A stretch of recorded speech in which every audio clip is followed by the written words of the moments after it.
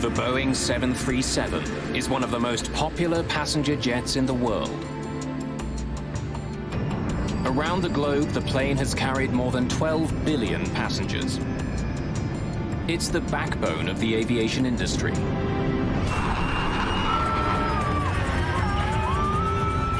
But in 1991, something happened on board a 737 that sent shudders through the world of aviation. Oh, my Lord. A deadly crash has investigators scrambling. There was a time when I had doubts that we'd be able to solve it. It was like he was tracking a serial killer. The hunt for answers will take 10 long and grueling years. The fate of the airline industry hangs in the balance.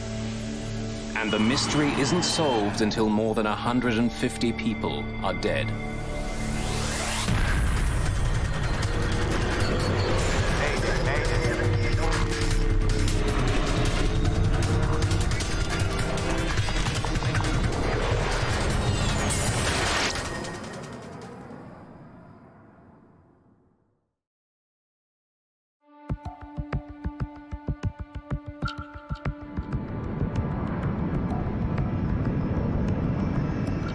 (9:40 a.m., March the 3rd, 1991.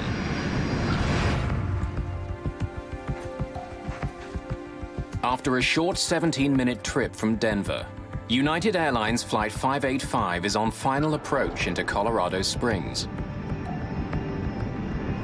It looks like a perfect day for flying, but there's trouble in the air.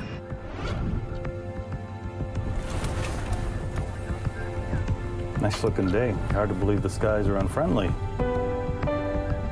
There's been heavy turbulence during the flight, and violent gusts of wind are forecast over Colorado Springs. Never driven to Colorado Springs and not gotten sick. At the controls is 52-year-old Captain Harold Green, a pilot with 20 years' experience and a sterling reputation. Green's co-pilot is Patricia Eidson. At 42, she's one of the first female flight officers in United's history. Flight attendants, prepare for landing.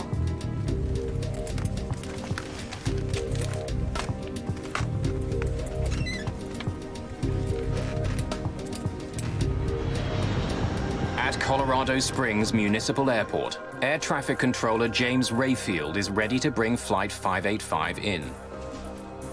United 585, report the airport in sight. Got it? Yep. Airport in sight, United 585. Lower landing gear. United 585 is cleared for a visual approach to runway 35. Weather conditions, wind 320 degrees at 16, gusting at 29. As its speed decreases, Flight 585 becomes more vulnerable to the turbulence. Eidson wants to know what other planes have experienced on landing. Any reports lately of any loss or gain of airspeed? Yes, ma'am. 500 feet, a 50-knot loss. At 400 feet, a 50-knot gain. And at 150 feet, a gain of 20 knots. Sounds adventurous, thank you. Starting on down.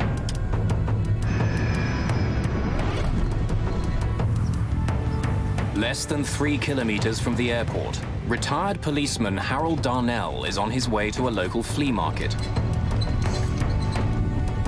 A kilometer overhead, Green and Eidson focus on keeping their speed constant as they descend. Wait, a 10-knot change here. Yeah, I know. Awful lot of power to hold that airspeed. As United 585 approaches the runway, Darnell feels something strange. Oh, what the heck was that? Out of nowhere, a powerful gust of wind strikes his vehicle, almost blowing him off the road. Another 10-knot gain. 30 flaps. From the control tower, James Rayfield can now see Flight 585's final approach. As the aircraft closes in on the airport, the ride gets even bumpier. Well, we're at 1,000 feet. Then, without warning, the 737 starts to spin out of control. Oh, God, save me!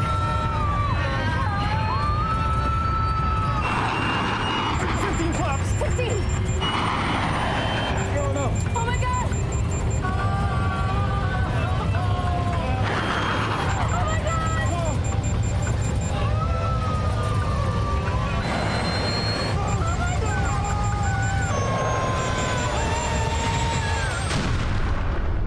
Oh my Lord. Crash! Crash!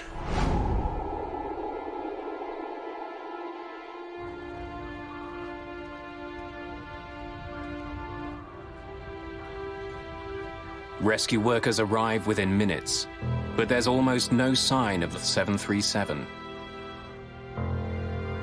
The shattered remains of the 38-ton jet lie buried in a fire-blackened impact crater. The plane didn't skate or bounce, you know, like when a plane comes in normally and lands, it just nosed right in, and where it hits, where it stayed. And I came down here, and this is when I saw all of the, it was horrible. There are no survivors. All 20 passengers and 5 crew members are killed instantly by the high-speed impact and exploding jet fuel. In 10 violent seconds, Colorado Springs has become the site of one of the most mysterious air crashes in aviation history.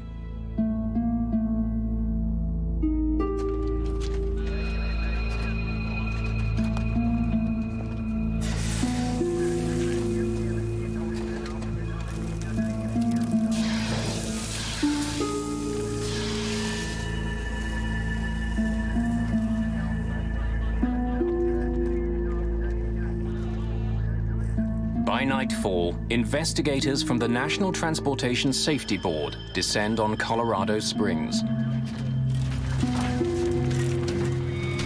Known to insiders as tin kickers, NTSB investigators examine over 2,000 aviation accidents a year, at times by picking through the metal debris of fallen aircraft.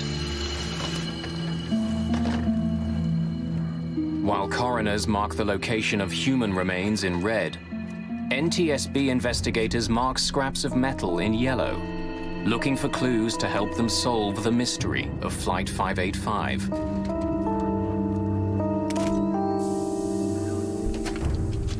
Like investigating a mass murder, it's a tough job walking onto a crash site. Among the investigators assigned to the case is Malcolm Brenner, a specialist in human performance. His job will be to find out if the crash was caused by pilot error. The area was cordoned off by police, and there were Salvation Army trucks. I got a cup of coffee, a cup of hot chocolate or something, and I thanked them for it, and they said, "No, no, thank you." And they had this look in their eyes like, "My God, you have to go into this site." Clues to the fate of United 585 lie mangled in a deep black hole. The fuselage is crushed like an accordion in the impact crater. The rest of the plane is in pieces spread over an area smaller than a football field.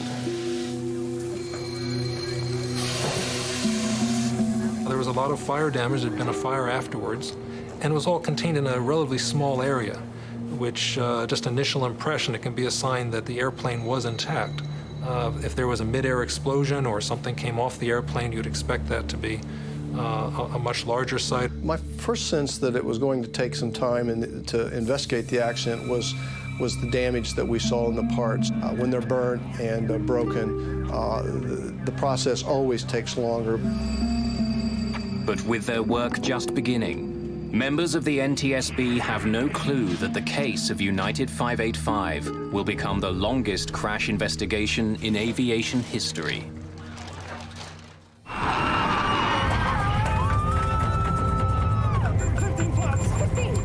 A clear late winter day in 1991 turned deadly in just 10 short seconds. Moments from landing in Colorado Springs, United Airlines Flight 585 fell out of the sky at 370 kilometers per hour. Crash! Crash! All 20 passengers and 5 crew members died.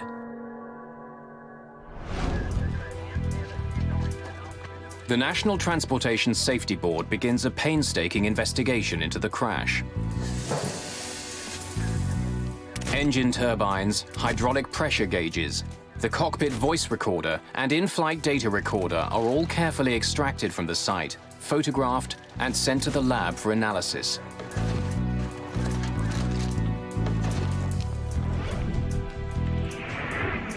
An important first step in the investigation is the analysis of the cockpit voice recorder.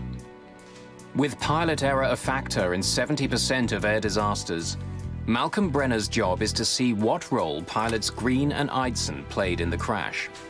This crew was, and I felt this at the time, was one of the more impressive crews that I'd ever dealt with. There was a little bit of tension release, a little bit of humor. The captain said, "Never driven to Colorado Springs and not gotten sick?" The first officer suggested that they add extra speed as a safety margin. The captain agreed with it. It was good interaction. Got it? Yep. Airport in sight, United 585. Lower landing gear.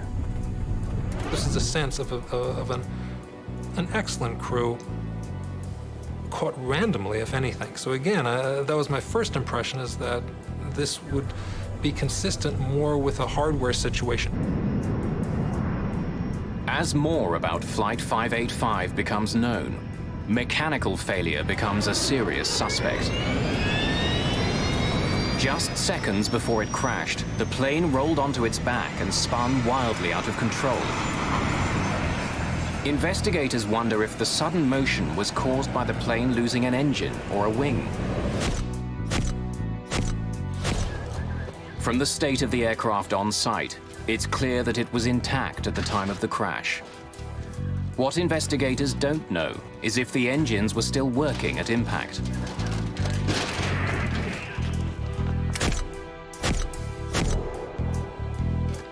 Technicians examine the engine turbines. They discover dirt has been drawn deeply into every crevice. These blades were clearly spinning and sucking in air at the time of impact. The engines may have been running, but technicians aren't sure how well. The plane's hydraulic pressure dials are destroyed, their glass covers broken. The indicator needles have been snapped off by the force of the impact, but even these ravaged dials tell a tale. 15 flaps! 15! On close inspection, investigators find a critical mark. At the moment of impact, a dent was made on the faceplate by the jarred indicator needle. It proves that when United 585 crashed, its engines were running normally.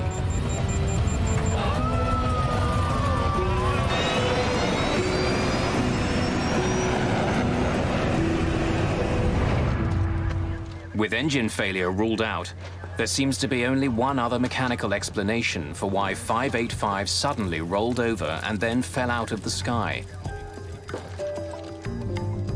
It appears increasingly likely that the plane had suffered a catastrophic problem with its flight controls. Investigators quickly become suspicious of the rudder at the back of the tail. We focused in after eliminating other flight control surfaces that we thought could contribute to the roll. We started looking at the rudder. Bring that up so I can take a look at it. Investigators begin their examination of the rudder on site, but the violence of the crash makes the job extremely difficult. Almost nothing left. Most of the plane's parts are too crushed or burned for testing, but a vital component is still reasonably intact. The Power Control Unit, or PCU. Used constantly during flight, especially during landings, the PCU performs like a car's power steering. When the pilot pushes on a rudder pedal, the PCU uses hydraulic fluid to convert gentle movements of a pilot's foot into the pressure needed to move the 737's enormous rudder. The heart of the PCU is something called the dual servo valve. Shaped like a soda can, it has two slides which glide past one another, directing the flow of pressurized hydraulic fluid that moves the rudder. This servo valve is very unique, that it is, in effect, two valves in one, and that creates a whole range of interactions that don't occur in a more conventional hydraulic valve. When a technician opens the power control unit, chips of metal are found floating in the hydraulic fluid. It's a disturbing find. These particles could cause the servo valve to jam, making it impossible to work the plane's rudder. It's a chilling prospect. Could a microscopic fault bring down a 38-ton jet? It's difficult for Phillips to tell. While more intact than much of the wreck, the PCU and dual servo valve are both damaged. The airplane crashed and burnt in a pretty confined area, and there was a lot of damage to the flight control components and the things we were testing and needed to test and look at. The more damaged the components are, the harder it is to take measurements and do functional testing. To test what he does have, Phillips travels to California, to the labs of Parker Hannifin, where the rudder control unit is made.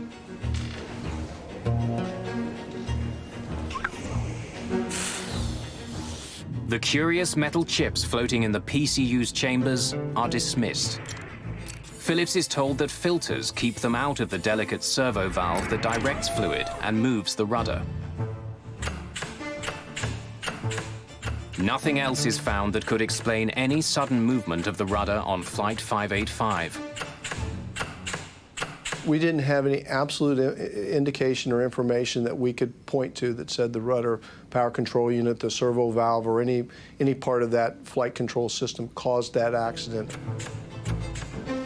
Phillips still suspects a mechanical problem, but with no conclusive evidence that the PCU or servo valve caused the crash, he's forced to sign off on the tests. It's a pass.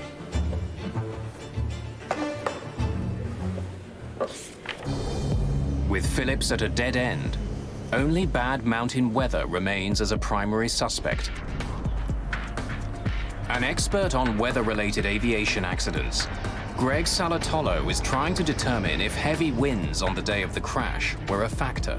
There is a history of events where there have been airplane accidents attributed to mountain waves or rotors. In 1966, a BOAC 707 near Mount Fuji disintegrated in a mountain wave and rotor. High winds crashing over mountain peaks leave so-called wind rotors in the lee side. Invisible, highly turbulent downdrafts that come plunging down with devastating power and are extremely dangerous to aircraft. We found a great deal of evidence looking at the surface upper air data and talking to witnesses in the area that rotors were a possibility. An explosion, it was right over there. Salatolo hears several eyewitness reports of bizarre mountain weather on the day of the crash. One of the most intriguing is from Harold Darnell. Oh, what the heck was that? Whose truck was struck by a powerful gust of wind just moments before 585 crashed. But as Greg Salatolo combs through his evidence, the theory that a wind rotor knocked the plane from the sky is getting less and less likely.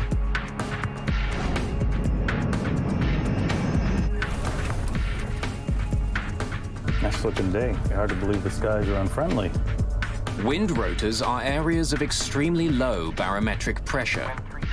So if Flight 585 did pass through one, its altimeter reading would have spiked as the plane was blown suddenly upwards.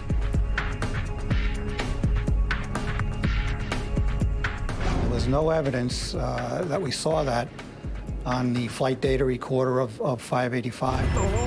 What the flight recorder did show was a fast and deadly drop in altitude as the plane fell to Earth.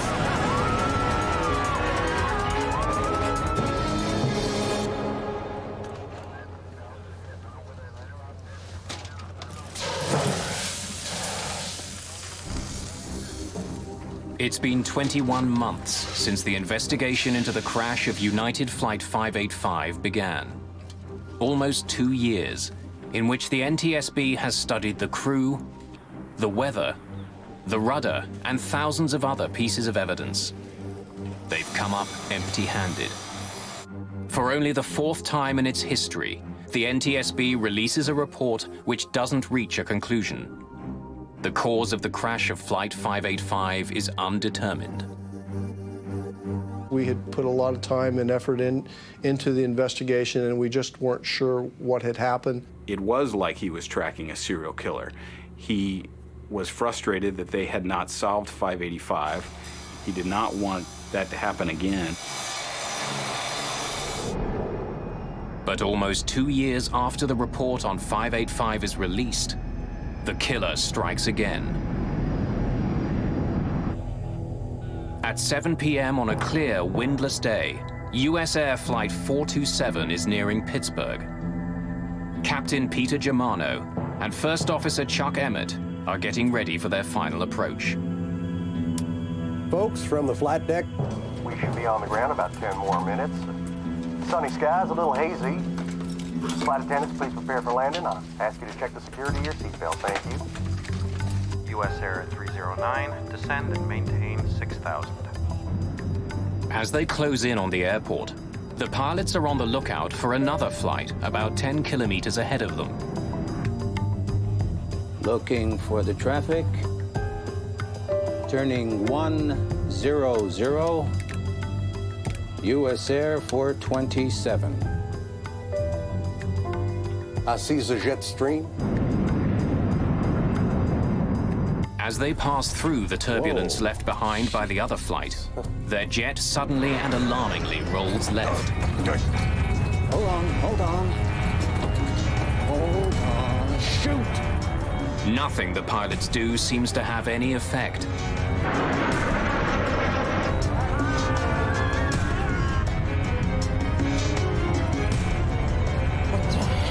This. What the? Go! Shoot!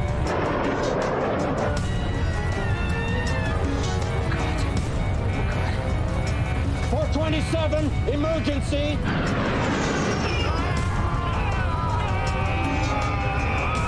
Oh, shoot. Oh! Oh, God! Oh, God, no!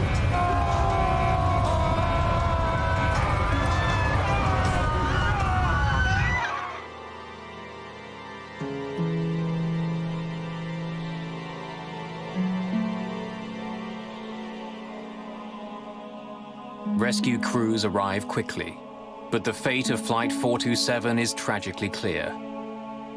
There's no hope for the 132 passengers and crew.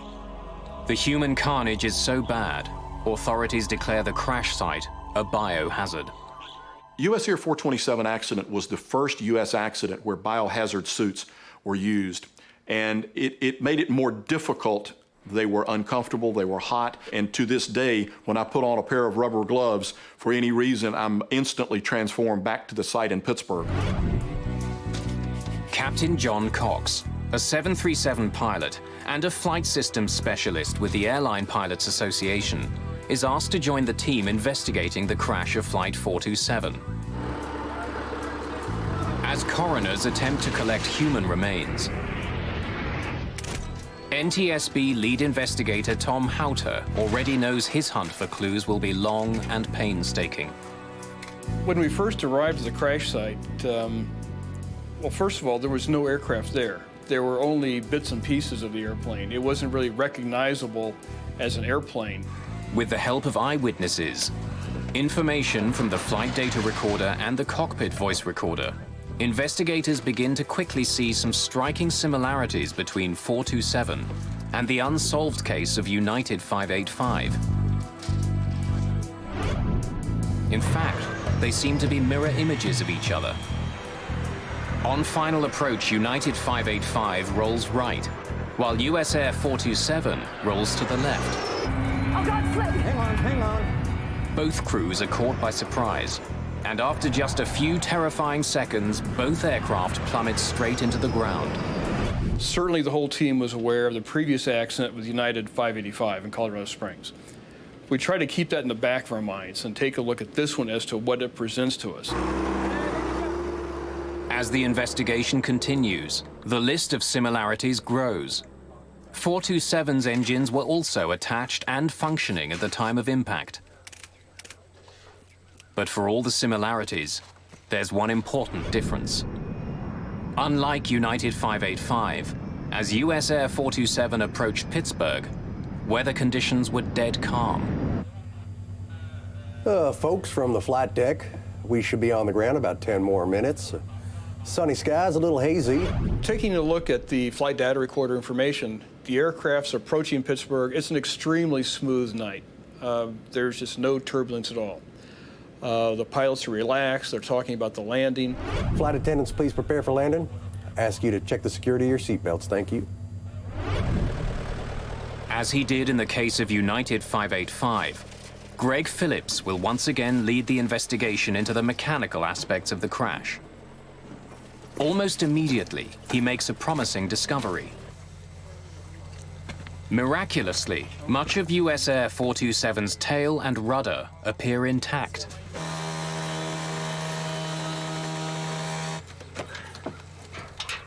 The hydraulic devices inside the tail have also sustained very little damage.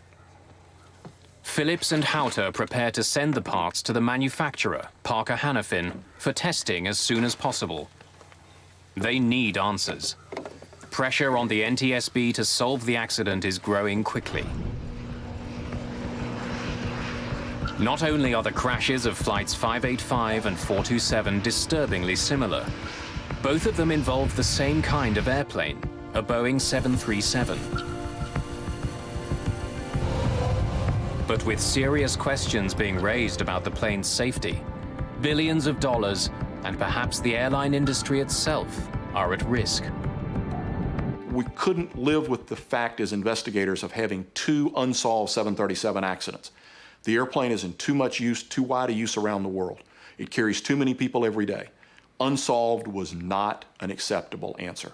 If 427 was an undetermined accident, we could not find the cause of this accident, there was a great chance that if there was a third accident with the 737 fleet under similar circumstances, that the 737 fleet would have been grounded. Careful with it. The investigation into the crash of Flight 427 may be the most important in the history of the NTSB. But it won't be easy. Answers are still years away. In just 3 years, 2 Boeing 737s have crashed in the United States with no survivors. Site United 585. In both cases, the planes were moments from landing. Flight attendants, please prepare for landing. And in both cases, the planes were under full power, but the pilots were unable to control their jets.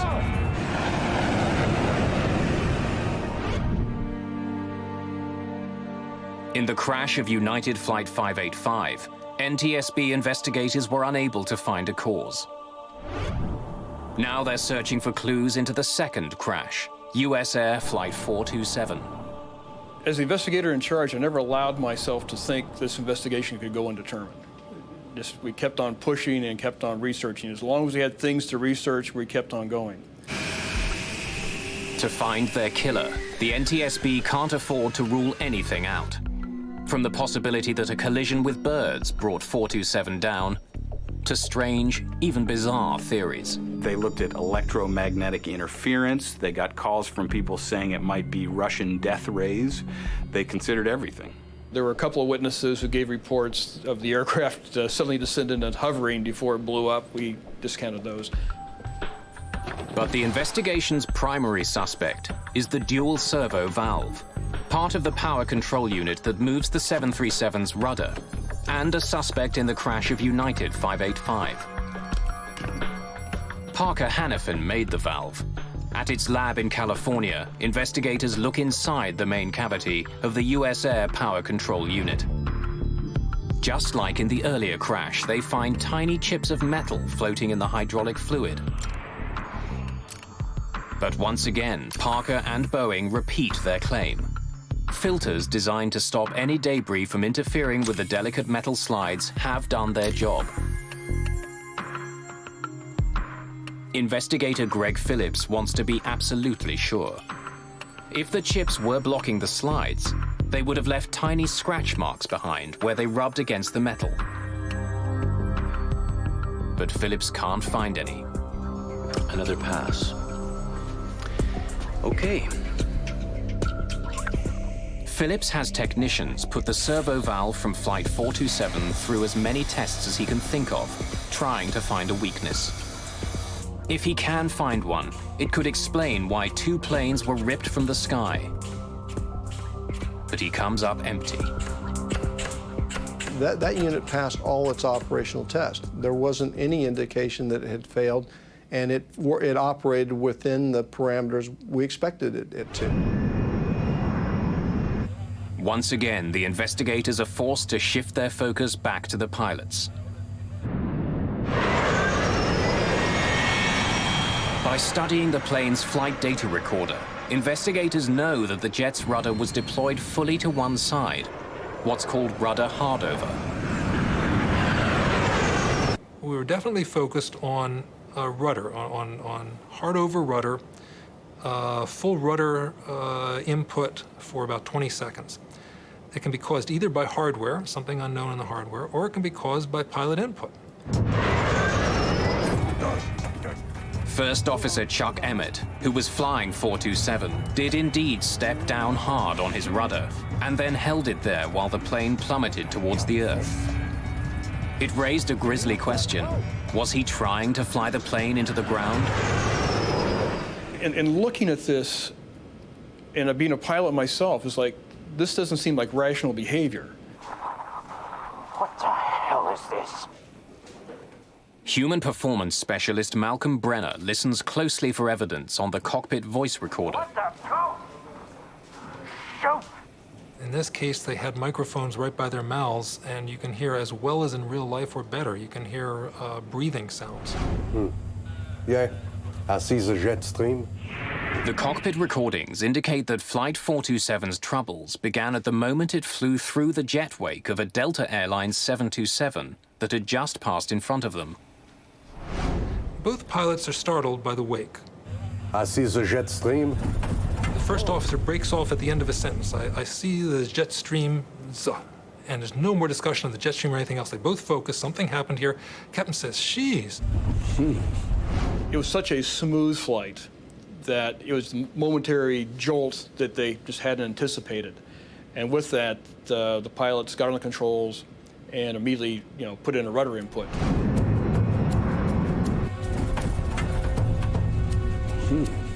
The cockpit recorder even records the thumping sound of the jet stream turbulence as 427 flies through it.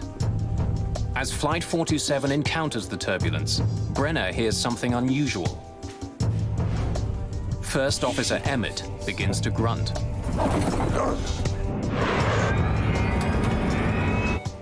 The grunting is unusual. The controls are designed so that pilots don't need to grunt. They're specially designed around human capabilities. So to have someone grunting is typically a sign of an emergency.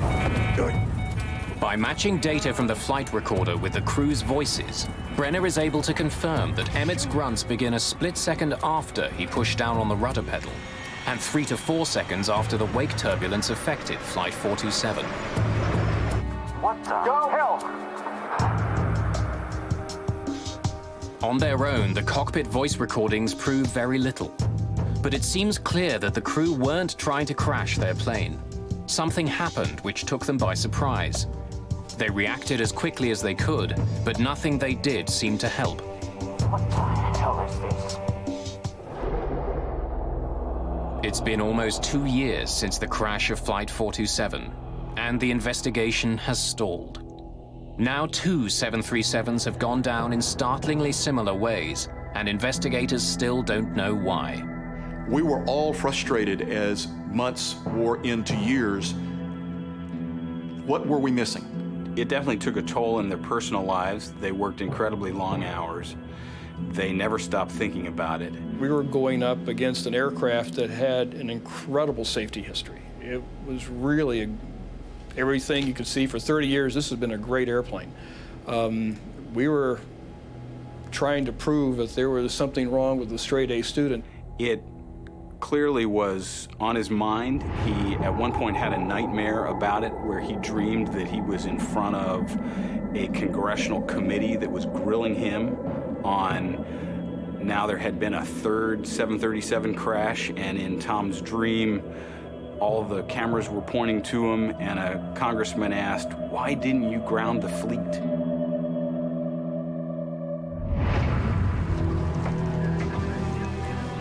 Unsure of where to look next, and with the trail of evidence getting colder, investigators need a break in the case, and fast. Eastwind 517, you're clear for landing.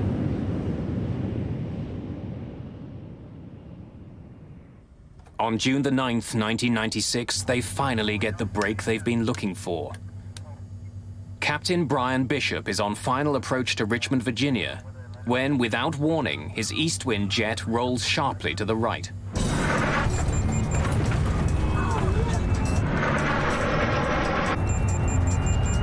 We didn't know to what extent, but we knew we had a problem with the rudder. I turned the yoke the opposite direction and stood on the opposite rudder pedal. But the pedal didn't move for me. For over 30 seconds, the 737 flies in a precarious right bank as Bishop fights to keep it from rolling over. Then suddenly, the unknown forces holding the jet let go, snapping the wings back to horizontal. In a matter of seconds, it released itself and went back to normal. We had started the checklist. Almost before I could finish the sentence, all of a sudden there was just a wham.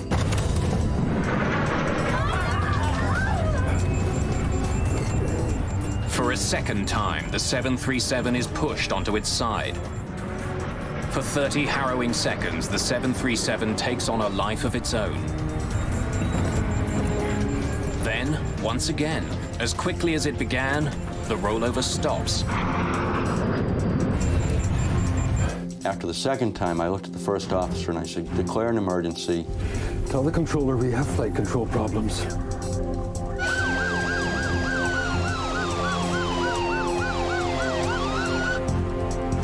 As they slow down to land, the risks increase. If a third rollover occurs, they won't have enough airspeed to recover. I did at some point tell my first officer to look out the window and find a dark spot. It was nighttime and we were looking to avoid a neighborhood or a populated area.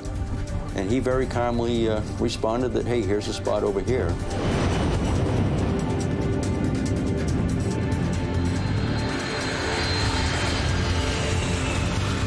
But there is no third rollover. Bishop brings Flight 517 in high and fast and lands safely. Taxiing in is when I realized my legs were shaking. We got the aircraft to the gate, and I did pick up the PA to make an announcement to try to explain what had just happened to these people. And on picking up their microphone, I realized there was nothing I could say to make this any better. And probably for the first time in a long time, I was at a loss of words. So I simply put the microphone down and let it go at that. But Bishop won't remain speechless for long. By the next day, the investigation team has arrived in Richmond. Flight data recorded it was undamaged, an airplane undamaged. We launched to the scene. The airplane literally didn't move, stayed at its location in the airport until we got down there. There were a lot of FAA, a lot of NTSB, and they all wanted to talk to us very badly. It gave the NTSB a tremendous break because suddenly they had a 737 that had had a rudder incident that was intact, and they had a pilot who was alive and who could talk about it. I think they were much happier to have the airplane than me. I think the airplane probably gave them more to research than I ever could. NTSB investigators quickly determined that what happened on board Eastwind Flight 517 is alarmingly similar to events on Flights 427 and 585. If they can discover why Bishop's 737 rolled over, they may be able to crack 2 mysterious and fatal accidents.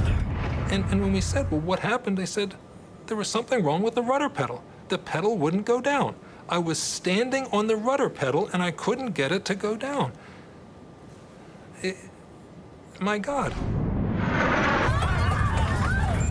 With Bishop's first-person testimony, investigators immediately zero in on Eastwind's rudder controls. The power control unit is removed, inspected, and then tested again and again. To the frustration of everyone, the unit performs perfectly. We tested that aircraft as is. It was intact. We went through it completely. We did flight tests with it, and it passed all tests. After a 5-year hunt for clues, a third mysterious rudder event on a 737, and a live pilot as a witness, Tom Houter still lacks the evidence he needs to crack his case. He decides to push his chief suspect, Flight 427's rudder controls, a little harder.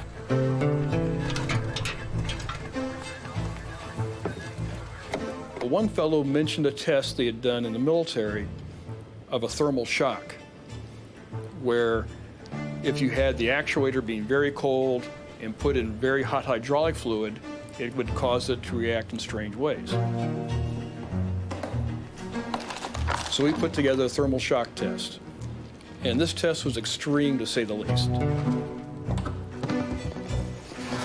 On August the 26th, 1996, in Valencia, California, NTSB investigators gather to watch the torture test of US Air 427's PCU. After soaking it in dry ice, the PCU is blasted with nitrogen gas to simulate the -40-degree temperatures at 10,000 meters. Then it's quickly injected with superheated hydraulic fluid and given the command to start working. As we were standing there listening to the actuator move left and right, it stopped. And it was not commanded to stop. It just jammed. Stopped working completely. Take a look. Systems investigator Greg Phillips now asks that the valve be taken apart and scanned for scratches. They find none. Look at that. Doesn't leave a trace. It's a crucial breakthrough to solving an almost perfect crime. Not only have they proven that the valve which controls the rudders can jam, no evidence is left behind. Tom Houter and his team have now found that a small hydraulic valve that controls the rudder of the world's most popular commercial jetliner can jam in the right circumstances. It's an ominous discovery, but incredibly, there's another shocking surprise in store for the investigators. October the 15th, 1996. For the last 5 years, the National Transportation Safety Board has been struggling to crack its toughest case. 2 completely separate but seemingly linked accidents. The crash of United 585 killed 25 passengers and crew. 3 years later, the US Air Flight 427 disaster took another 132 lives.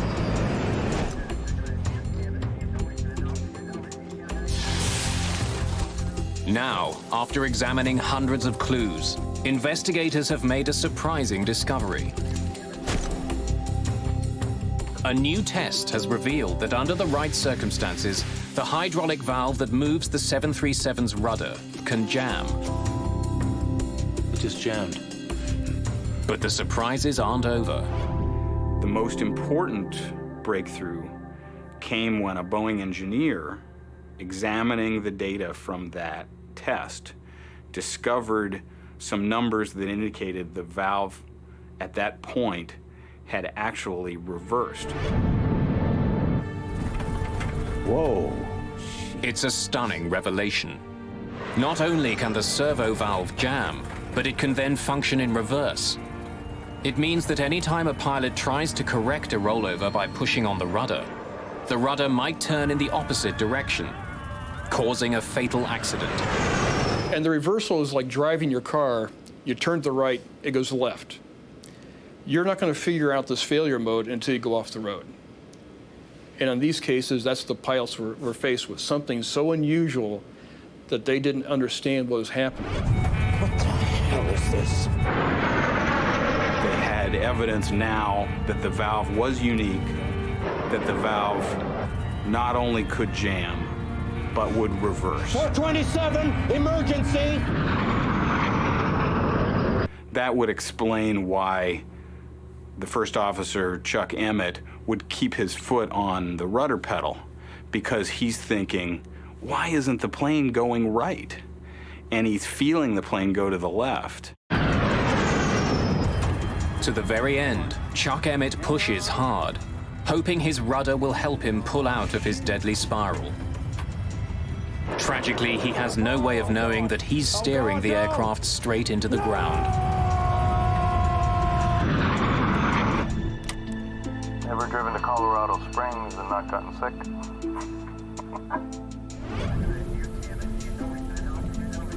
Flight attendants prepare for landing. Satisfied that they've determined the cause of the crash of US Air 427, the NTSB turns its attention to the unsolved case of United 585.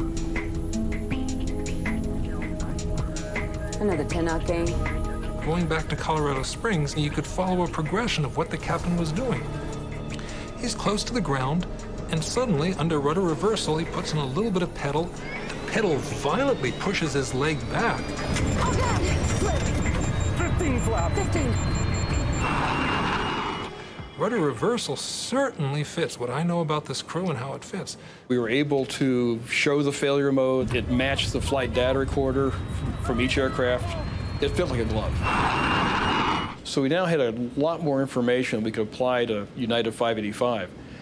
And based on that, we redid the accident report. Oh my God! From rudder reversal to impact took less than 10 seconds. 585's flight crew had no chance to save their plane or passengers. In the aftermath of the investigation, sweeping changes were made to improve the safety of the 737 and the entire aviation industry. New training protocols were designed to help pilots react to unusual in-flight events. In the 737 fleet, pilots are now trained on how to react to both rudder hardovers and reversals. The scenario of the US Air 427 accident, if the crew had the information that we have today, I believe they would have landed safely in Pittsburgh that evening. The FAA also directed Boeing to redesign the rudder's dual servo valve to eliminate the potential for reversal. Boeing spent hundreds of millions of dollars to replace the valves on thousands of 737s around the world. One thing we don't like at the safety board is to have an undetermined accident, because then we can't make a change to improve safety. So out of US Air 427, United 585, we have a much safer 737 fleet.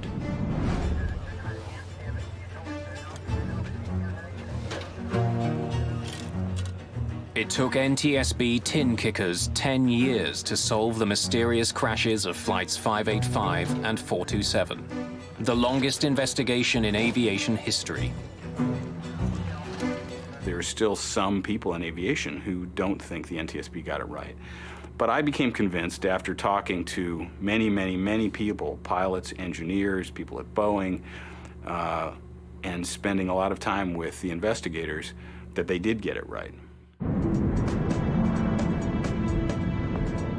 Since the replacement of the 737 servo valves, there hasn't been a similar crash of the most popular, most profitable plane in the world.